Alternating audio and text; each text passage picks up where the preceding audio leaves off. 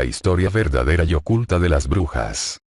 Una de las figuras más representativas del Halloween es la bruja, el estereotipo clásico de la misma, por supuesto, la mujer anciana, llena de verrugas, greñas grises y sus típicos implementos como la escoba y el caldero de pociones.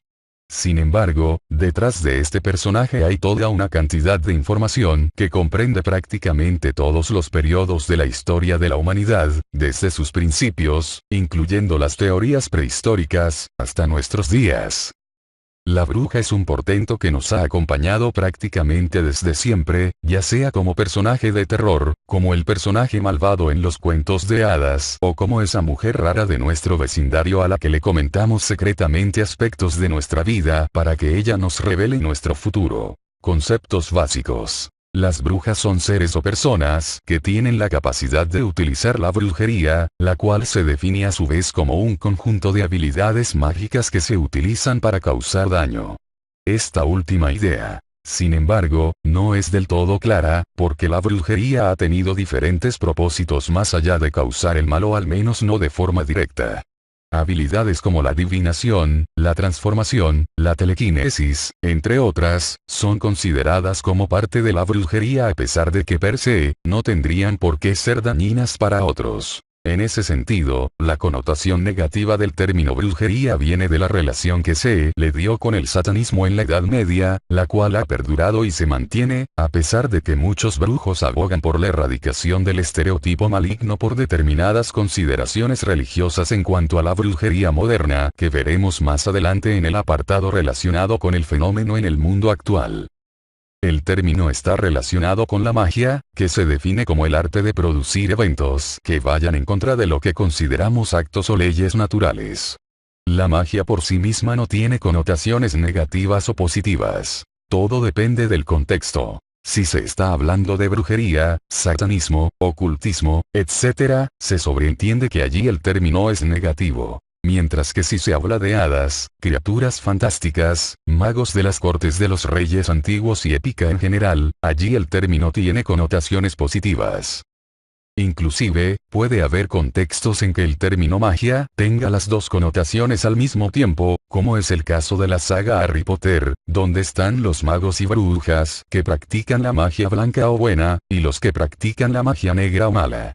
En contextos así sí se suelen utilizar esos vocablos diferenciadores, por lo general dicotómicos, tal como magia blanca-negra, clara-oscura, angélica demoníaca, buena-mala. La palabra bruja, además, no suele ser exclusiva de un solo tipo de personaje como podría serlo la bruja clásica de la Yoen, también puede usarse para referirse a los curanderos y chamanes de las tribus o pueblos rurales, en este caso con la palabra brujo, en masculino, o también para referirse a los practicantes de algunas religiones neopaganas o cultos con tintes mágicos como lo son las religiones africanas o romaníes.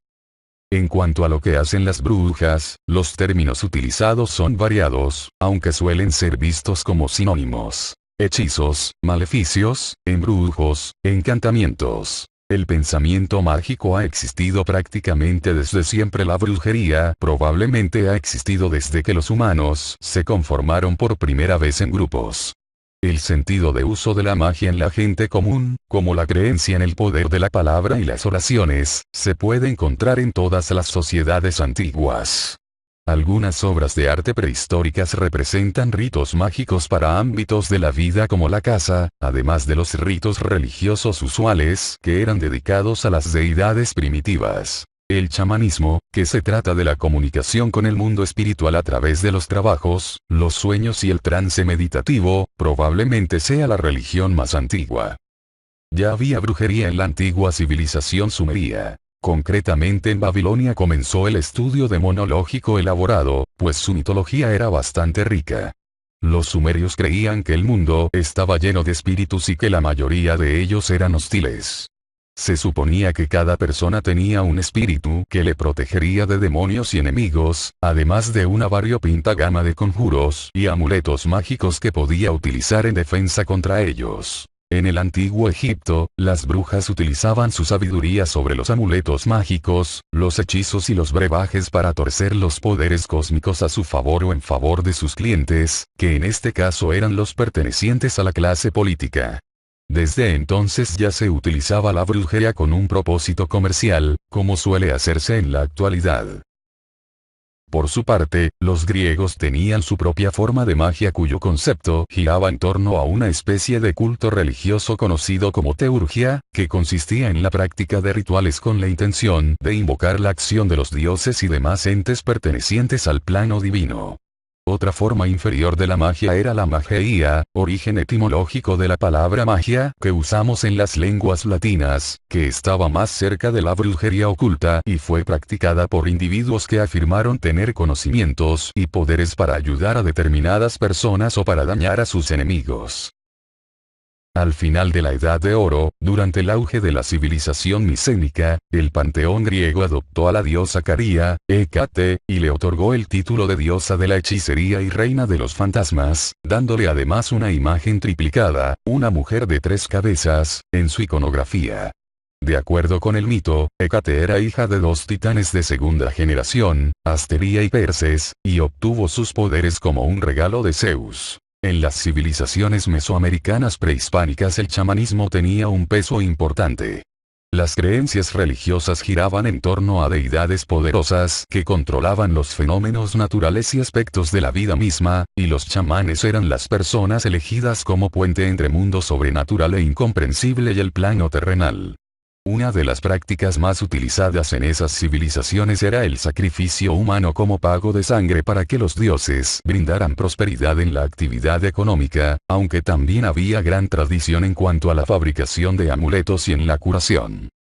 Algunos sostienen, sin embargo, que las raíces reales de la brujería y la magia como las visualizamos hoy provienen de los celtas, un grupo diverso de sociedades tribales de la Edad de Hierro que floreció entre los años 700 a.C.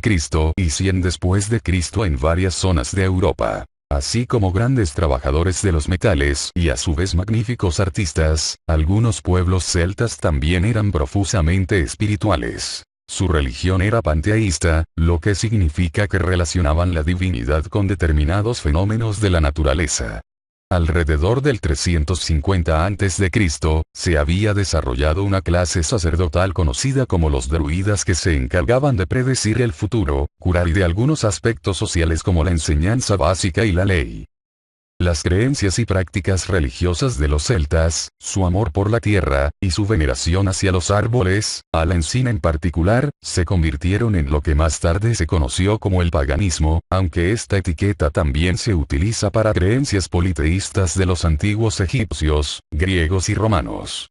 Durante siglos, las mezclas entre las creencias célticas y los rituales de otros grupos indoeuropeos dieron lugar a prácticas mágicas, realización de pociones y hechizos, que fueron conocidos colectivamente como la brujería del periodo medieval. La magia en el medioevo. Las primeras tradiciones cristianas relacionadas con los santos y reliquias divinas dieron origen a muchas formas de amuletos que eran alusivas a la magia relativa al cristianismo primitivo, que era utilizada para atraer y convertir a los paganos. Sin embargo, en el siglo V después de Cristo, el influyente teólogo cristiano San Agustín de Hipona afirmó que todo lo referente a la magia era una invención del diablo para guiar a la humanidad lejos de la verdad cristiana. También argumentó que ni Satanás ni las brujas podían tener ningún poder sobrenatural real o podrían ser capaces de invocar efectivamente magia de ningún tipo, que era un error de los paganos creer en otro poder sobrenatural que no fuera el de Dios. Por lo tanto, si las brujas eran dadas por impotentes, la Iglesia no veía necesidad de ocuparse de sus hechizos o molestarse en rastrearlas. De hecho, fue así durante mucho tiempo. Entre el siglo VIII y el X hubo varios personajes que desestimaron la propia creencia en las brujas, como el influyente obispo Agobardo de León, repudió la creencia de que las brujas podían hacer llover, volar durante las noches o cambiar de forma. También estuvo San Bonifacio, quien dijo que la propia creencia en brujas era anticristiana. Por su lado, Carlomagno, rey de los francos, prohibió la quema de las supuestas brujas, pues lo consideraba una práctica pagana. Pero al mismo tiempo, la Iglesia comenzaba a influir en el derecho civil para crear las leyes en contra la brujería y para instaurar la palabra latina maleficium, que originalmente significaba hacer el mal, dándole connotaciones peyorativas y satánicas a las prácticas mágicas. La magia llegó a convertirse en un crimen contra la sociedad y en una herejía en contra de Dios. El Consejo de Leptines de 744 elaboró una lista de supersticiones donde prohibía los sacrificios en nombre de los santos y requería la renuncia a la veneración de demonios, refiriéndose con esto a los antiguos dioses nórdicos Thor y Odín. Como parte de la ceremonia del bautismo cristiano, recordemos que alguna vez hubo relación entre la mitología nórdica y el cristianismo cuando este último llegó al norte de Europa. En la tradición medieval, el Tempestari era un mago que habitaba entre la gente común y que tenía el poder para crear o prevenir las tormentas a voluntad. Cualquier persona reputada como tal era objeto de respeto, temor o odio en las zonas rurales. Las autoridades de la iglesia dieron crédito a la creencia, diciendo que Dios permitió que el diablo y las brujas llevaran a cabo estos actos como castigo a la maldad en el mundo. Aún así, la iglesia prohibió remedios supersticiosos contra la brujería como los hechizos para disipar tormentas y los amuletos protectores, e interpuso ante ellos la oración prescrita, los sacramentos y la invocación del nombre de Dios. Antes de los siglos XIII y XIV, la brujería, más allá de lo que creía la gente, había llegado a significar un conjunto de creencias y prácticas que incluían la sanación mediante hechizos, los ungüentos y brebajes. Apenas incursionaba en lo sobrenatural a través de la adivinación y la clarividencia. En el siglo XIII, algunos cultos relacionados con las creencias y rituales paganos pasaron a ser ya directamente satánicos. Alrededor del año 1208, el Papa Inocencio III comenzó una persecución hacia un grupo de herejes religiosos conocidos como los cátaros, que creían en un universo donde Dios y Satanás eran entidades de igual poder que estaban enfrentadas. En ese sentido, Dios había creado la esencia y los cielos, mientras que el diablo había creado la tierra y el mundo material, una creencia similar a la de los gnósticos del siglo I. La iglesia desacreditó a los cátaros mediante la difusión de historias sobre rituales de adoración al diablo, y eso dio origen a una serie de conflictos que desembocaron en una cruzada contra la herejía. El fin de este conflicto llegó con el exterminio de prácticamente todos los cátaros en 1229. De esto también se originó la Inquisición, cuyo objetivo era buscar y castigar a los pocos herejes cátaros que aún quedaban y obligarlos a través de la tortura a cambiar sus creencias o, de lo contrario, asesinarlos. El Papa Gregorio IX asignó a la Orden Dominicana el deber de llevar la Inquisición. Esta podría actuar en su nombre y con plena autoridad, pero no fue sino hasta 1252, cuando el Papa Inocencio IV autorizó expresamente el uso de la tortura entre los acusados. Con el tiempo, tanto las iglesias cristianas como las organizaciones seculares, no religiosas, actuaban en conjunto para perseguir a las brujas. También en el siglo XIII, el principal teólogo cristiano Santo Tomás de Aquino argumentó que el mundo estaba lleno de demonios malignos y peligrosos que intentaban llevar a la gente por el camino de la tentación, y por lo tanto comenzó a asociar a la brujería con el sexo. Bien amigos y amigas, esta fue una investigación del Dr. Mentes X. Suscríbete a mi canal y dale manito arriba. Gracias.